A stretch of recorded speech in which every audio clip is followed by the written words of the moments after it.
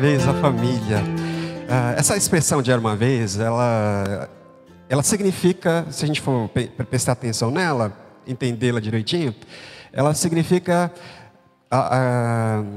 quando a gente quer se referir a algo que já passou ou algo que está bem distante, normalmente uma fábula, algo que está tão distante que às vezes a gente nem lembra mais, a gente nem sabe se é verdade ou se é um mito, algo que é uma história que alguém inventou, né? Por isso, eu creio que é muito importante, eu acho que faz muito sentido a gente pensar nisso. Era uma vez a família, né? Hoje a gente tem reparado que a nossa cultura, ela trata a família, esse tipo de família, né?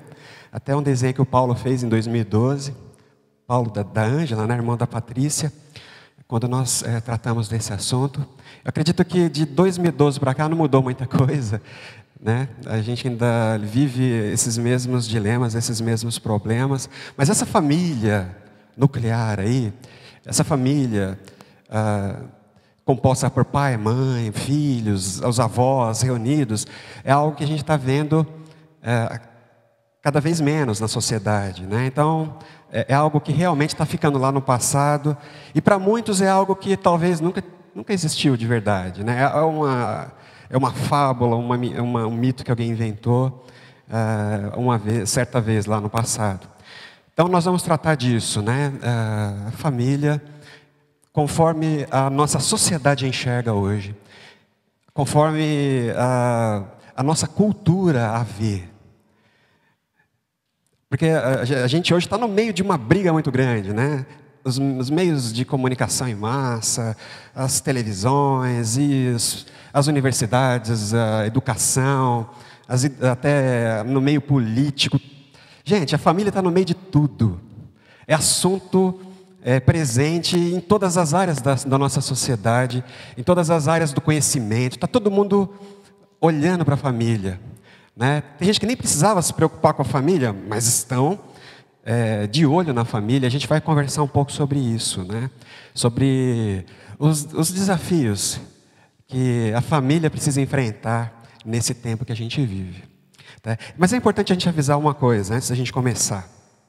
Quando a gente começa a falar de família e dessas coisas mais práticas, eu já aprendi isso, né? Normalmente a gente vai lidar um pouco com o passado, né, da gente, da nós que estamos sentados aqui, e às vezes isso gera um pouco de culpa, um pouco de dificuldade em muita gente, mas esse não é o objetivo dessa série, da gente tratar desse assunto.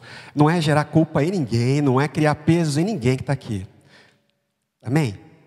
A gente vai... É lógico que a gente trata a gente lembra do passado, mas a questão aqui não é passado. Porque a grande verdade a respeito das nossas vidas, irmãos, cada um de nós, todos nós, é que todos nós cometemos erros, não é verdade? Você já cometeu erro no passado? Você já? Então, todos nós cometemos. E essa é a grande verdade. Então a gente não olha para o lado, a gente olha para nós mesmos. Todos nós vamos ter que lidar com isso. Todos nós temos que lidar com o nosso passado, com os erros que nós cometemos e com as consequências desses erros. A gente precisa lidar com isso. Então a gente não vai olhar para o lado. E também uma outra coisa que é importante, aquelas pessoas que estão aqui conosco, são nossos irmãos, que nós amamos, que não estão mais casados, né? Que por uma série de coisas, motivos, razões, fatores, não estão mais casados. Foram casados, mas não estão. A gente sabe que pessoas que não estão mais casadas cometeram erros. Mas eu também sei que pessoas que estão casadas ainda, com a primeira esposa, com o primeiro marido, também cometeram erros. Nós cometemos erros, não é verdade? E eu sei também que pessoas que casaram novamente, também cometeram erros. Então, a gente precisa estabelecer uma coisa antes de tudo aqui. Todo mundo está no mesmo barco, ok? Tá certo? Então não é uma palavra dirigida para um, para outro, para uma situação. É para todos nós. A gente precisa lidar com essa questão e nós vamos tratar disso. Amém? E uma coisa, irmãos. Essa série, esse momento, quando a gente fala dessas coisas práticas, a gente vai lidar muito com presente e futuro, né? O reino de Deus, ele é assim. né? Jesus, quando ele conversou com aquela mulher samaritana, ele falou: olha, daqui para frente não faz mais. Você já entrou de relacionamento em relacionamento, né? Foram 6. Esse agora nem é seu marido, né? Mas daqui para frente faz diferente. Daqui para frente você se corrija. Daqui para frente ande direito. Então, aquela coisa, né, do apóstolo Paulo, as coisas para trás ficam para trás, né? Quando ele fala, olhando firmemente para Jesus, eu não sou perfeito, é isso que o apóstolo Paulo fala. Não alcancei a perfeição, mas uma coisa eu faço.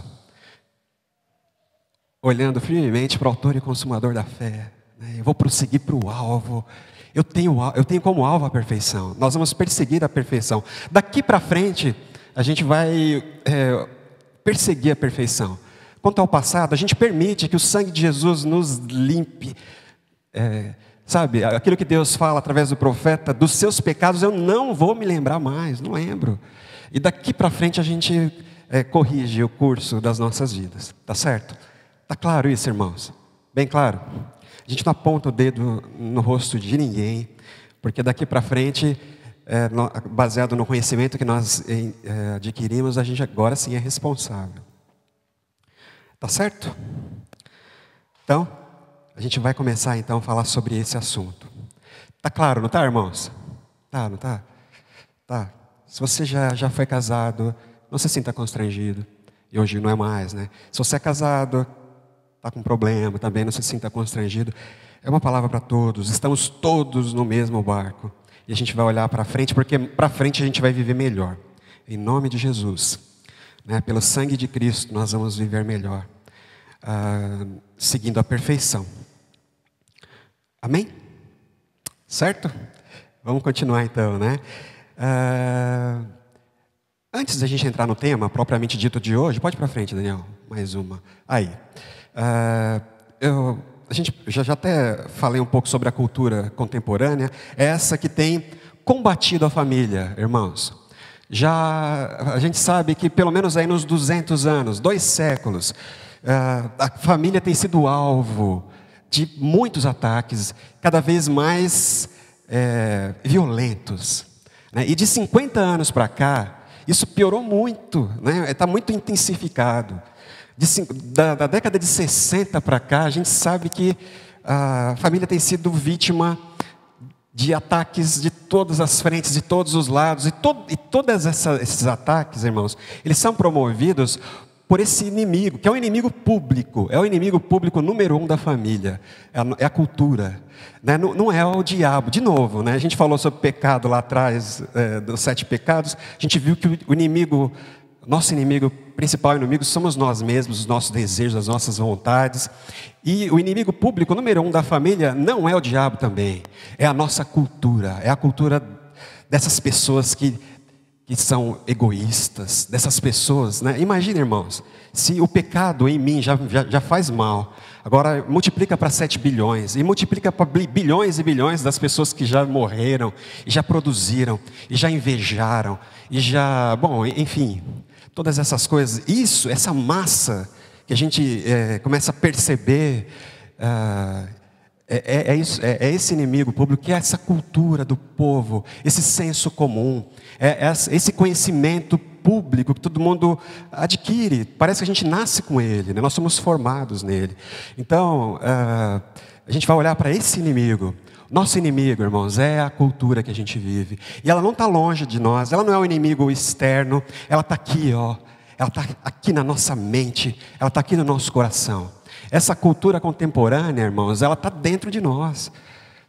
Nós somos formados nela, né? É por isso que lá em Romanos 12, o apóstolo Paulo fala que nós precisamos despertar, né? Ele fala, a gente não pode deixar que essa cultura, que esse século, que esse mundo nos formatize, né? Porque nós estamos no meio de uma prensa muito grande, é uma pressão muito grande, temperaturas altíssimas, né? E esse mundo, esse século, essa cultura, ela nos Ela quer imprimir em nós o seu formato. E a gente nasce nele, irmãos. A nossa mente, por mais que a gente queira fugir, a gente não tem como fugir disso, né? É o nosso contexto, são as nossas escolhas baseadas, todas elas baseadas, e é isso que é interessante a gente entender.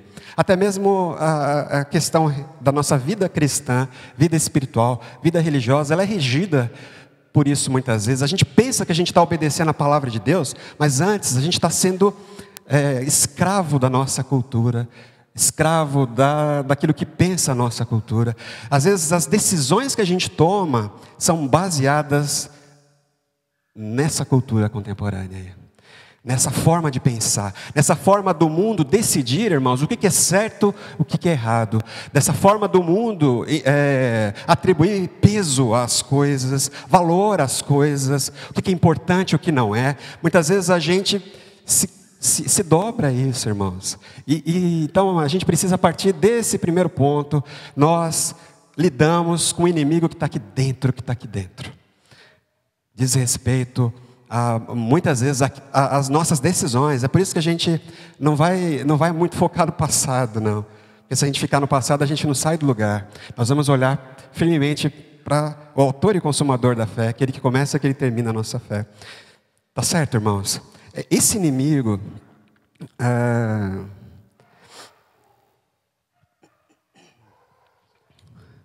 ele tem, a gente sabe, lá dos anos 60 para cá, a gente liga a televisão, a gente sabe, né? A gente hoje, eu por exemplo, a gente fica receoso de assistir as novelas, as seriados, né, que vêm lá dos Estados Unidos também, filmes, eles estão encharcados dessa cultura, desse conceito, e principalmente o que essa cultura pensa a respeito da família. Muitas vezes as nossas decisões, as nossas escolhas, os nossos conceitos são baseados muito mais acerca da família, muito mais na nossa cultura do que na palavra de Deus. Então, essa série vai ser um momento em que nós vamos ter a oportunidade de ouvir o que a palavra de Deus tem a nos dizer sobre tudo isso que nós estamos sendo bombardeados todos os dias. Amém? Hoje nós vamos falar sobre o casamento, o matrimônio, né? A gente já entende que a família tem sido atacada. Hoje nós vamos focar no casamento, no matrimônio. Era uma vez o casamento. Era uma vez o matrimônio. Tá certo? Dani, pode ir para frente. Aí. Era uma vez um véu, uma grinalda e 2 anéis. Hopkins divulgou os resultados da pesquisa inovadora. Deu para ouvir o áudio, deu para entender o diálogo. Você viu do que eles falaram? Esse filme é um filme de 2009. Também já tem algum tempinho, mas ele ainda vale. Acho que ainda está valendo. Tem muito do que ainda é a nossa cultura. Essa cultura, irmãos, que tem uma coisa que nós precisamos entender. Eu queria pedir para você prestar muita atenção nisso. Nunca na história humana houve uma geração como a nossa. Uma geração que é tão guiada, irmãos, por um princípio apenas. A gente segue um objetivo na vida apenas. Nunca houve uma geração na história humana que fosse guiada por esse ideal, por essa motivação da realização pessoal. Isso é muito sério, irmãos. Nunca na história da humanidade uma geração foi guiada para dirigir a sua vida no sentido de se tornar uma pessoa feliz, bem realizada. Nunca, isso nunca aconteceu na história humana. Isso não está na Bíblia. Deus não nos criou para que nós persigamos a felicidade, para que a gente se autorrealize. Nós não fomos criados para isso. E a nossa geração, irmãos, né, que hoje a gente pode se considerar filhos legítimos dessa cultura. É uma geração que foi totalmente formada, criada, né? O apóstolo Paulo fala, não deixe que essa cultura te forme, que ela determine os seus traços, não deixa, mas a gente está no meio dessa prensa, e ela tem formado a nossa opinião, e às vezes a gente fica no meio de tudo isso, né, pensando que Deus nos criou para que nós sejamos felizes. Deus nos criou e Ele tem nos dado, né, uma missão de nos autorrealizarmos. Eu preciso me autorrealizar. Esse conceito, irmãos, ele é muito nocivo. É nocivo demais. A gente não faz ideia do quanto, né? Hoje as pessoas se casam. Por quê? Porque elas querem ser felizes. Hoje as pessoas têm filhos. Por quê? Eu estou me sentindo vazio. Eu preciso de acho que para ser feliz eu preciso de um filho. Hoje as pessoas elas escolhem uma profissão para quê? Para serem felizes. Eu preciso ser feliz e eu preciso escolher uma profissão que me faça feliz, irmãos. Nós dirigimos, você entende? Você está entendendo? A gente dirige a nossa vida na direção da nossa realização pessoal. E isso do ponto de vista bíblico, do ponto de vista da espiritualidade cristã, isso é muito nocivo, isso é muito perigoso, isso é muito diabólico. É diabólico nesse sentido. Porque isso quando, irmãos, nós vamos conseguir nos autorrealizar? A gente nunca vai conseguir nos autorrealizar em nada. Se nós casarmos para sermos felizes, nós nunca vamos ser felizes no casamento. Se eu quiser ser feliz na paternidade, eu nunca vou ser feliz na paternidade. Se eu quiser ser feliz na minha profissão, eu jamais vou ser feliz na minha profissão, porque existe um buraco aqui sem fundo. Não é verdade, irmãos? Nós não vamos ser felizes nos autorrealizando. E o problema é que nós somos formatados nessa cultura. Essa cultura que agora diz por que nós devemos casar ou não. Para que casar? Por que casar? Por que o matrimônio? Se você precisa entender que a sua missão é ser feliz. E você precisa perseguir a felicidade. E aí a gente vê, nunca houve, irmãos, uma geração tão frágil, tão medrosa, né? Pessoas que honestamente estudam, né? Sociólogos honestos que estudam com humildade, né? A história humana e o comportamento humano. Nunca houve uma geração tão medrosa, tão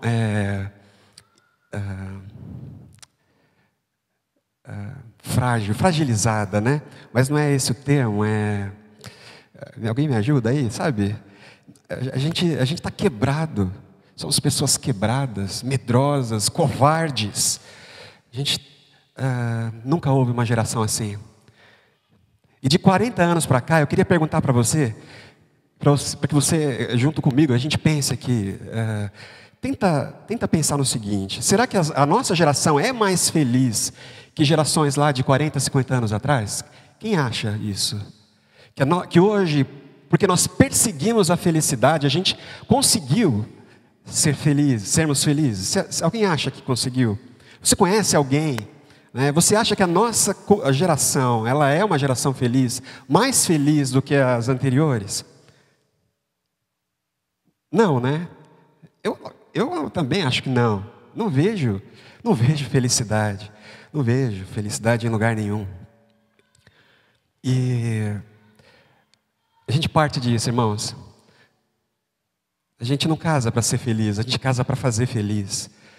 A gente não escolhe uma profissão que nos torna felizes. A gente escolhe uma profissão para fazer feliz. É focar lá no outro, é lá fora, é lá fora. Lá fora. Essa nossa geração tem nos tornado pessoas egoístas, ao extremo egoístas, muito egoístas, como nunca houve antes uma geração tão egoísta como a nossa. Tão preocupada apenas consigo mesma, gente, nunca houve. Agora imagina onde isso vai dar, irmãos, para onde isso vai dar, para onde isso vai levar a humanidade. É nesse sentido que Jesus fala: poxa, eu vou encontrar fé na terra. O amor esfria e a iniquidade aumenta. Porque nós, irmãos, estamos sendo conduzidos por essa cultura.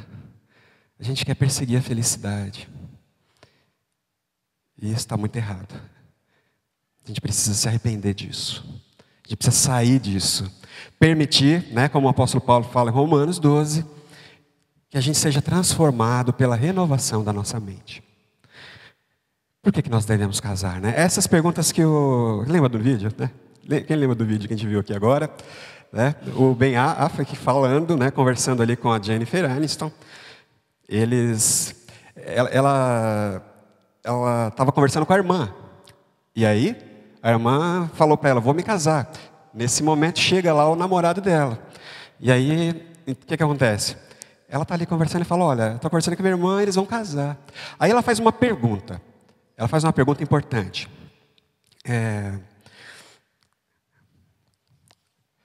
Cadê a pergunta? Está aqui a pergunta. Não seria natural a gente se casar também? Você achou legal, eles vão casar, mas não seria natural? Irmãos, prestem atenção. Não seria natural a gente se casar também? Ele responde na hora, é claro que não. Claro que não. Não. Natural, segundo ele, segundo o namorado dela, é o contrário. Natural não é casar. Natural é ficar sem se casar. Porque ele continua dizendo, né? Porque casamento é apenas uma formalidade. E mais, ele termina com uma frase, com um pensamento muito interessante. Ele falou, pensa nas suas amigas, pensa na sua irmã. Você por acaso precisou de uma certidão de amizade para legitimar a sua amizade? A gente precisa de certidão para outras relações, para outros tipos de relacionamento que a gente vive?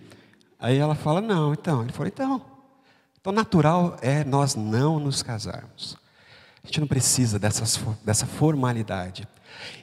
E, finalmente, a nossa relação homem e mulher, a nossa relação de casal está em mesmo nível das outras relações.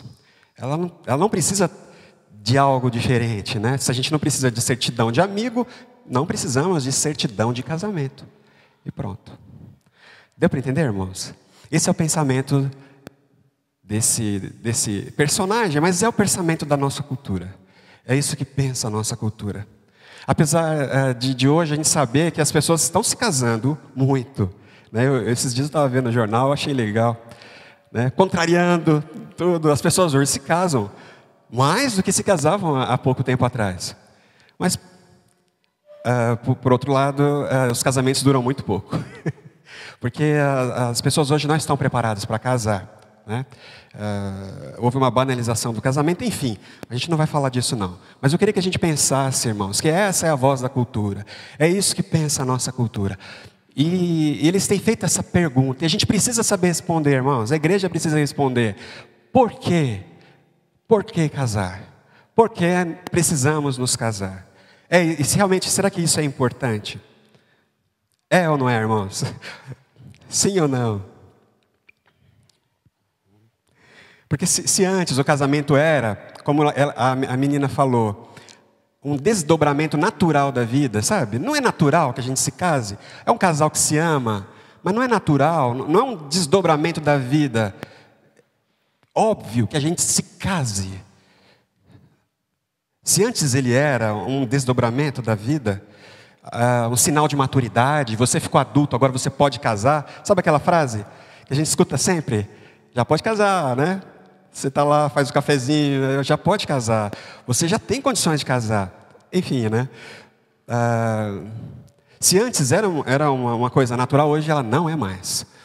Não é. Por mais que se fale hoje de casamento, casamento é nada mais, nada menos do que uma formalidade. Um dia em que nós fazemos uma grande festa e pronto. Essa tem sido a voz da nossa cultura. E eles têm respondido, por quê? Eles têm perguntado, por que casar? Para que casar? Qual a finalidade do casamento? Por que devemos nos casar? Pode ir para frente, Daniel, mais um? Aí é um casal que vive junto no filme, né? Há 7 anos, esse é o filme. Mas quando o assunto casamento vem à tona, a relação se desestabiliza e a crise se instala. Se você já assistiu o filme, se você lembra do filme, você sabe que a relação deles vai para o vinagre. Só porque eles viviam tão bem. 7 anos morando juntos. 7 anos ali bem, namorando e amando e tudo jóia. Foi só entrar o assunto casamento, a relação deles acabou. E não é isso, né? Nesse filme a gente vai ter ali várias relações, vários casais também que vão estar lidando com a questão casamento, com a questão compromisso, com essas questões que nós estamos trabalhando. Pode ir para frente, Dani, mais uma. Devemos nos casar, então? De acordo com essa cultura? Por quê, irmãos? Primeiro a gente responde sim ou não. Depois a gente precisa responder por que devemos nos casar. Para que casar? Para ser feliz? Eu quero ser feliz? Não é para ser feliz. A gente não casa para ser feliz. Então por que casar? Por quê? A gente vai responder essa questão hoje. E você vai abrir lá em Gênesis capítulo 2, versículos 18 até 25. Gênesis capítulo 2, narrativa aí da criação, né? Um texto tão conhecido, a gente sabe mesmo dele. Vamos prestar atenção mais um pouquinho. Então, versículo 18. O Senhor declarou. Quem declarou, irmãos? Quem? Senhor. Então, o Senhor Deus declarou: não é bom que o homem esteja só.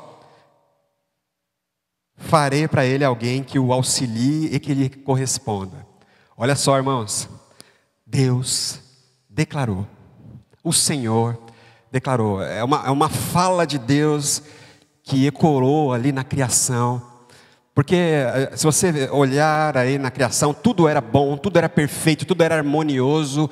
Deus criando e Deus então celebrando a harmonia e a natureza em harmonia e tudo perfeito. E os ciclos, né, acontecendo, e a terra produzindo, e as espécies produzindo, e a coisa linda e a criação perfeita. Mas de repente existe uma declaração de Deus, uma fala de Deus, uma fala muito significativa para nós.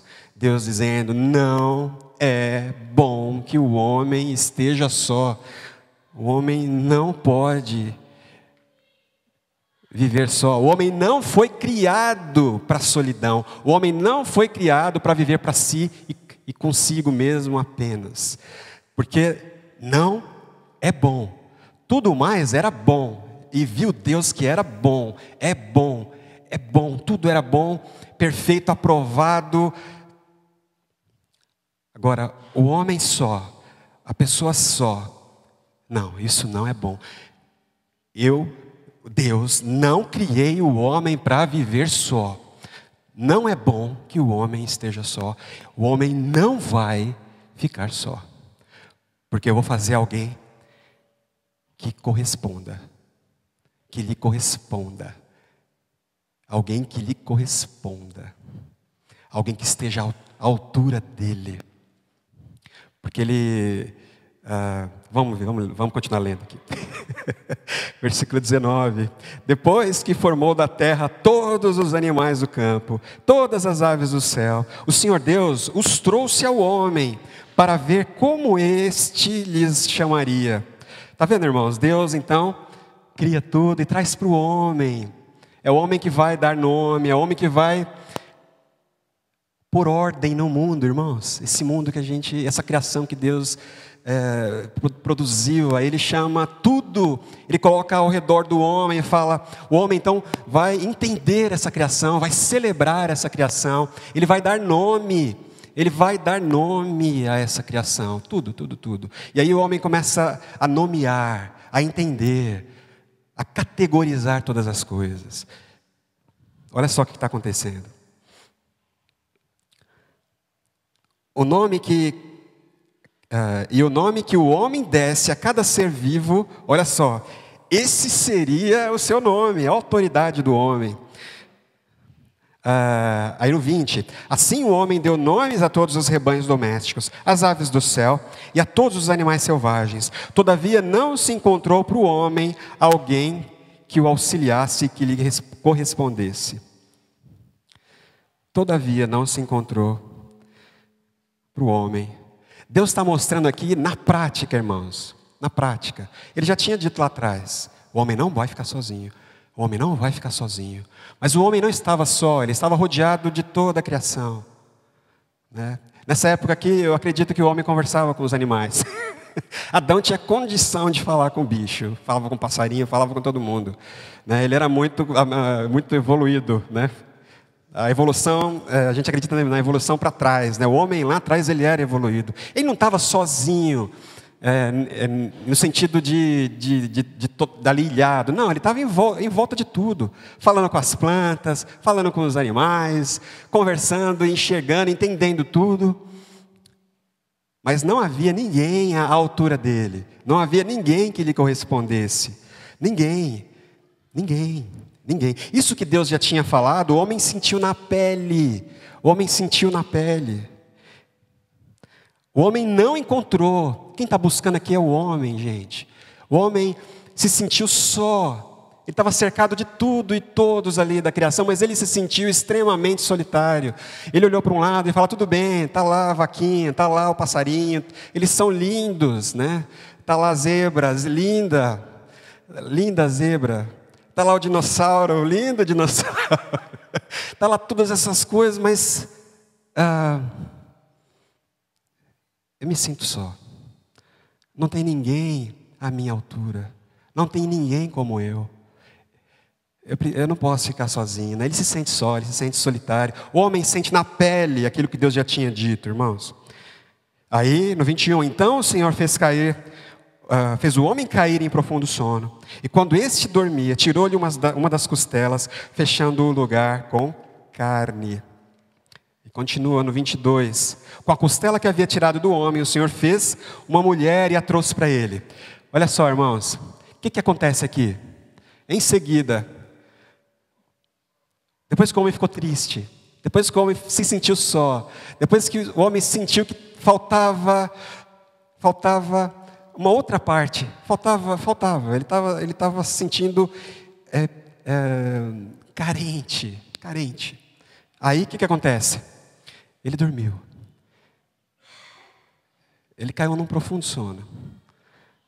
Aí o que Deus fez enquanto ele dormia? Foi lá, como ele já tinha feito, pegou o barro e moldou o barro do pó da terra. Do pó da terra ele moldou aquele barro e criou a mulher. Foi isso que Deus fez? Foi? Não foi. Não foi isso que Deus fez.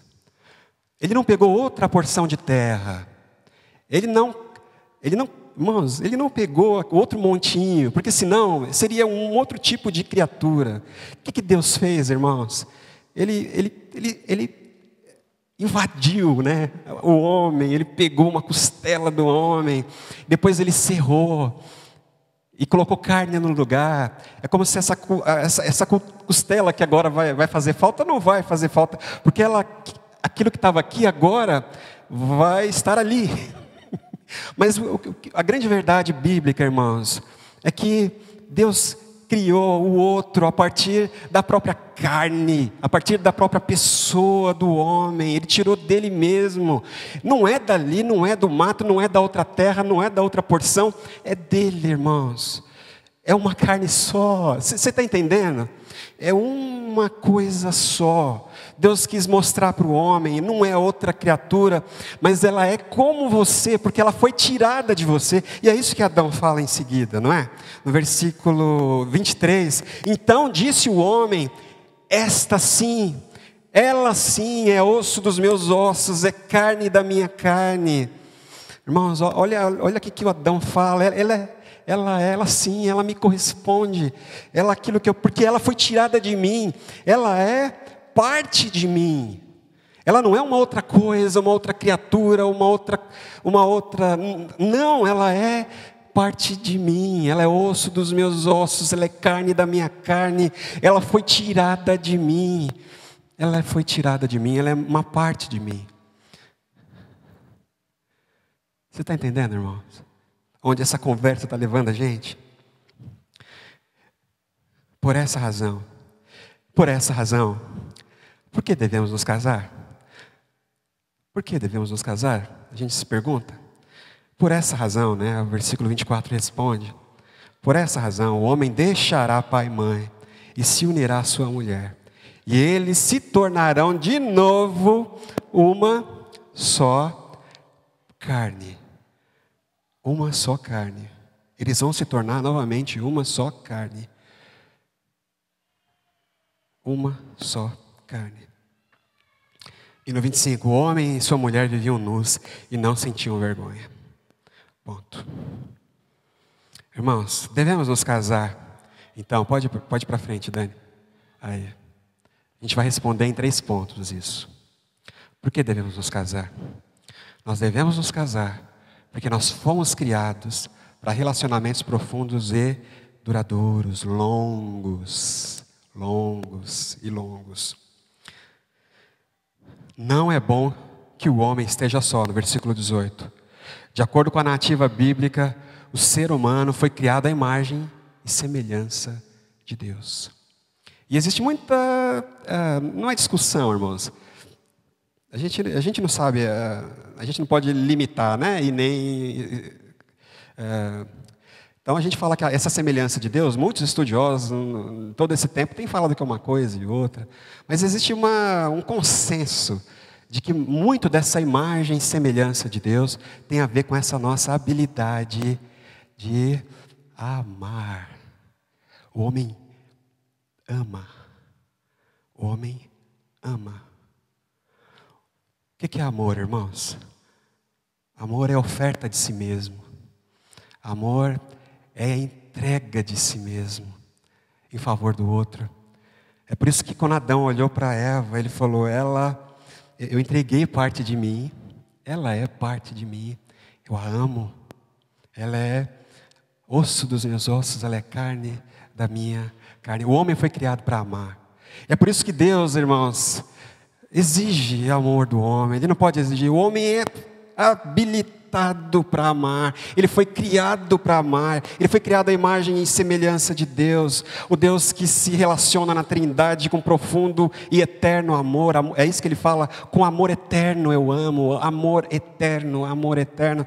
O homem foi criado capaz de amar, irmãos. E é por isso que o homem não pode se conformar a ser esse bicho, essa coisa que a gente tem visto, essa nossa cultura nos formatar. Ela quer que a gente seja isso, mas não. O homem foi criado lá nas alturas, altos ideais para a humanidade, do pensamento, do ponto de vista da criação. Deus nos criou capazes de amar, amar e amar. É por isso que Jesus falava, o resumo de toda a lei é ame a Deus e ame o próximo, ame, entenda, você não vive para você, não faz sentido você pegar tudo isso e viver para você. Você foi criado para amar a Deus e amar ao próximo, amar a Deus e aos outros. Irmãos, o casamento é uma plataforma que Deus criou para que a gente desenvolva amor. No seu mais alto grau, né? No seu mais alto grau de intimidade. É o casamento. Ele pode ser, mas ele não tem sido. Amor tem sido formalidade. O casamento tem sido formalidade.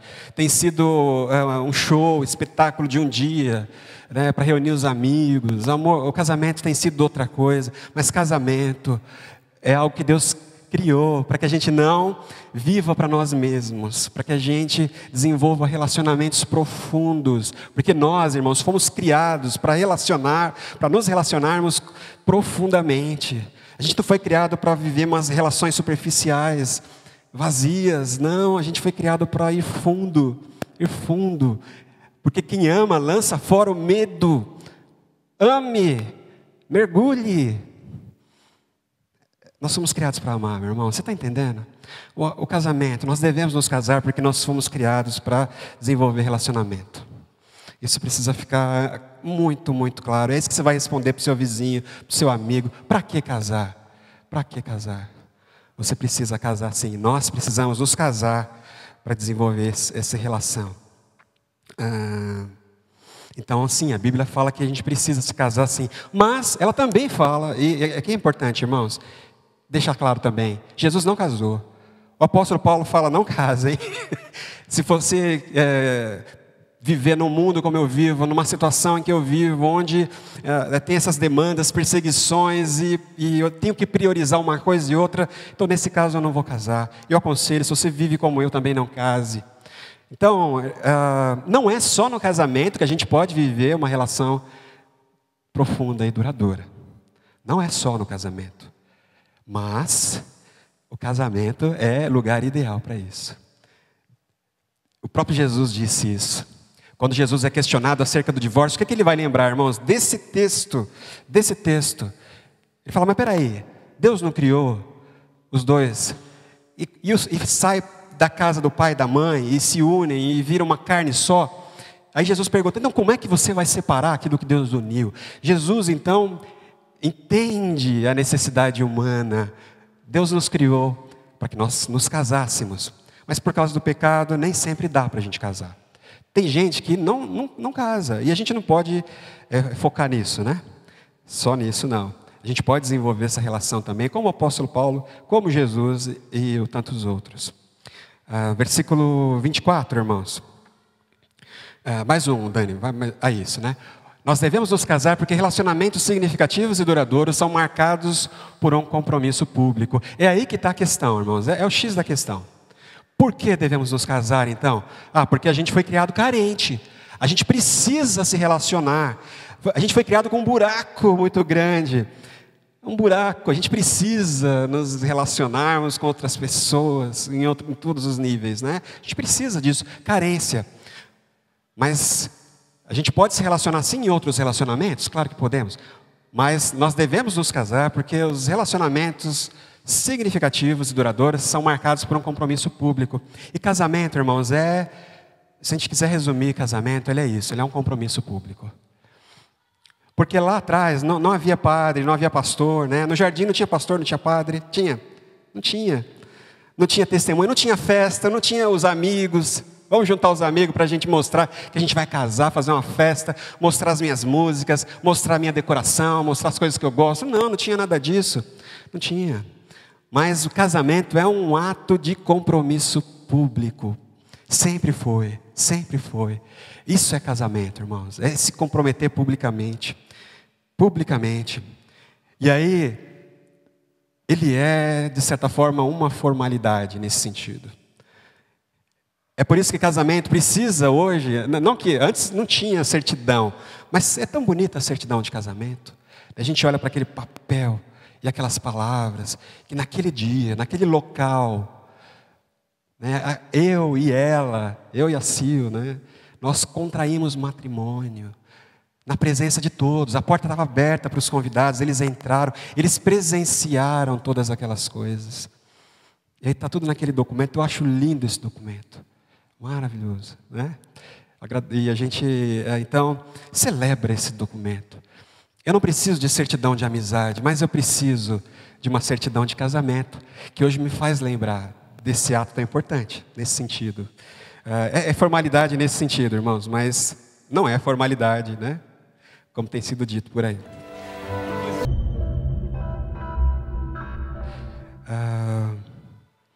Você viu o que eles falaram ali? Pode ir mais um para frente, Dani? Mais um, isso. A grande questão, irmãos, esse é o Bauman, que é o Zygmunt Bauman, né? Esse livro, Amor Líquido, a gente conhece esse autor, ele fala o seguinte: ao se comprometerem, e isso quem fala, irmãos, são os donos da verdade dessa nossa cultura contemporânea, não é o Bauman, ele explica que hoje as pessoas pensam assim, né? Que ao se comprometerem, ainda que sem entusiasmo, lembrem-se, a cultura diz, lembrem-se que possivelmente vocês estarão fechando a porta para todas as outras possibilidades românticas, talvez mais satisfatórias e completas. O que a gente viu lá no filme, ele falando, poxa, o amigo dele que era casado, ele falou, não, ninguém deve casar, porque quando a gente casa, e a gente casa ali por volta cedo na vida, né? A gente casa cedo, A gente passa muito mais tempo casado do que solteiro. Você já pensou nisso? Se você casou ali com 20 anos, se você viveu 80 anos, você viveu só 20% da sua vida. E todo o resto, você vai ter que lidar com todas as outras possibilidades. Então, olha só, irmãos, por que eu vou me comprometer com alguém se eu vivi tão pouco? Se eu conheci tão poucas pessoas? Porque se eu me comprometer com essa mulher aqui agora, vai aparecer outra mais interessante depois. Quantas outras mais interessantes vão aparecer? Quantos outros homens melhores, mais bonitos, mais inteligentes vão aparecer depois? Por que a gente deve se comprometer com alguém na juventude? Por que eu vou me comprometer a alguém e vou dizer que eu vou ficar casado para sempre? Por que nós devemos nos comprometer, irmãos? Se a nossa cultura vem dizendo, olha, não feche as portas para as outras possibilidades. Mas o casamento, ele é, antes de tudo, irmãos, ele é isso. Ele é um fechar as portas, ele é um dizer publicamente, eu sou dela e ela é minha. É isso. Eu sou dela, ela é minha. Pronto. Ah, mas e as outras possibilidades? Eu sou dela e ela é minha. Nenhuma outra mulher daqui para frente vai ser digna de mim, nenhum outro homem daqui para frente vai ser digno dela. Nós agora fechamos todas as portas, nós definimos e nós assumimos isso publicamente. O casamento, irmãos, não é aquela coisa da cerimônia, não é essa questão formal. Casamento é um anúncio. Você diz para todo mundo, você diz para os seus pais, deixa a casa do pai e da mãe, e você diz para todo mundo, eu sou dela e agora ela é minha. E pronto. É um compromisso público, é um compromisso público. Pode ir para frente, Dani. Por que devemos nos casar? Porque o compromisso público, irmãos, e só o compromisso público, pode inaugurar uma jornada rumo à verdadeira intimidade. É só o compromisso público, irmãos. É a responsabilidade, é o comprometimento. Isso é muito importante e a gente tem sofrido tanto, a nossa geração tem sofrido tanto por causa disso, irmãos. Tanto. Não é verdade? As pessoas, elas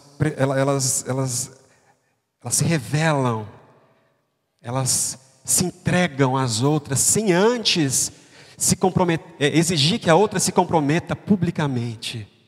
As pessoas hoje, elas se escancaram, elas se abrem antes que a outra afirme, para todo mundo, antes que a outra pessoa se comprometa com ela. Isso tem sido nocivo.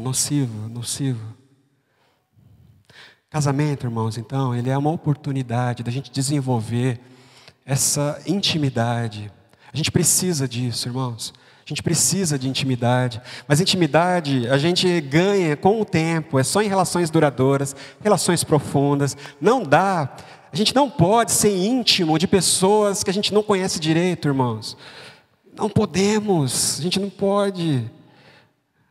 A grande questão é que a gente vai ter que lidar com os adolescentes. Como falar para adolescente hoje que eles precisam se guardar? Como dizer para esses jovens que vivem nesse mundo de hoje que eles precisam se guardar para aquela pessoa amada? Que eles não podem entregar a intimidade deles para ninguém sem que antes a outra pessoa se comprometa mesmo diante de todos. Ela é minha, eu sou dela. Ele é meu, eu sou dele. Como, irmãos, a gente vai dizer isso para esses adolescentes, Vivendo nesse mundo que a gente vive, nessas dificuldades, Como dizer para o jovem que ele precisa esperar o casamento para desenvolver intimidade? Como fazer esses jovens entenderem que sexo foi criado para gente grande, sexo foi criado para adulto, para homem e mulher. Não foi para meninos e meninas. Sexo não é para menino, não é para menina. Menino não tem condições de lidar com isso. Não tem condições de acolher alguém na sua intimidade. Não tem. Os danos são a gente tem visto por aí os estragos. Casamento inaugura. Só o casamento e o compromisso público, irmãos, fazem criam esse ambiente onde a gente pode desenvolver intimidade. Eu posso ficar nu, aqui Adão e Eva, né? Eles estavam nus e eles não se envergonhavam, nenhum do outro, nem o outro do um, né? Eles estavam nus, patentes, e no casamento a gente desenvolve isso. Casamento é espaço para nós desenvolvermos intimidade. Intimidade é lugar. Irmão, só mais um minutinho, tá? A gente vai terminando. Pedir a atenção de vocês mais um pouco. Espaço de desenvolvermos intimidade, irmãos. Essa intimidade que precisa do compromisso. A gente não pode conceber intimidade sem compromisso. É disso que a gente tem que falar para essas pessoas, para esses jovens, para esses adolescentes. O preço é alto demais. O preço é alto demais. Dá para entender, irmãos? Dá para entender? Por que então? Porque o casamento ele cria esse espaço. A Sil me conhece há 10 anos. Há 10 anos a gente se conhece. Hoje ela me conhece com as minhas feiuras, os meus problemas, as minhas dificuldades. E eu ando ali e eu sou acolhido por ela. Isso não tem preço. Isso não tem preço. É só no casamento que a gente desenvolve isso. Tá certo, irmãos? Pode ir para frente aí, Dani. Mais um. Aqui. O objetivo do casamento não é. Isso é importante, irmãos. Olha só essa frase do Stephen Cannes, escritor. O objetivo do casamento não é escolher o melhor par possível mundo afora, mas é outra coisa. É construir o melhor relacionamento possível com quem você prometeu amar para sempre. Isso é casamento. Deu para entender? Está claro? Muito claro, irmãos. Pode mais um aí, Dani. Preste atenção, irmãos. Não fomos criados para perseguir felicidade. Você entendeu isso? Amém? Você foi criado por Deus. Não foi para correr atrás da felicidade, porque ela não existe. Você nunca vai encontrá-la. Você não foi criado para ir atrás dela. Não foi. Você foi criado para se relacionar. Você foi criado para amar. É para isso que você foi criado. E os relacionamentos se tornam um espaço onde você aprende a amar. É só nos relacionamentos, irmãos. E casamento é espaço para desenvolvermos amor. E quando nós aprendemos a amar, então aí sim alcançamos a felicidade. Ela é consequência. Deu para entender, irmãos? Está claro? Muito claro? Amém? Devemos nos casar? Sim. Devemos nos casar. É só com casamento? Não. Mas o casamento é uma bênção que Deus criou, para que nós aprendamos a amar, né? A gente desenvolva relações profundas com alguém, a ponto de nós desenvolvermos amor profundo. É por isso que quando Jesus diz, o apóstolo Paulo, né, ele fala que o homem deve amar a esposa como Jesus amou. Jesus amou. Jesus ama e se entrega pela igreja. É algo profundo a relação de um homem pela sua esposa.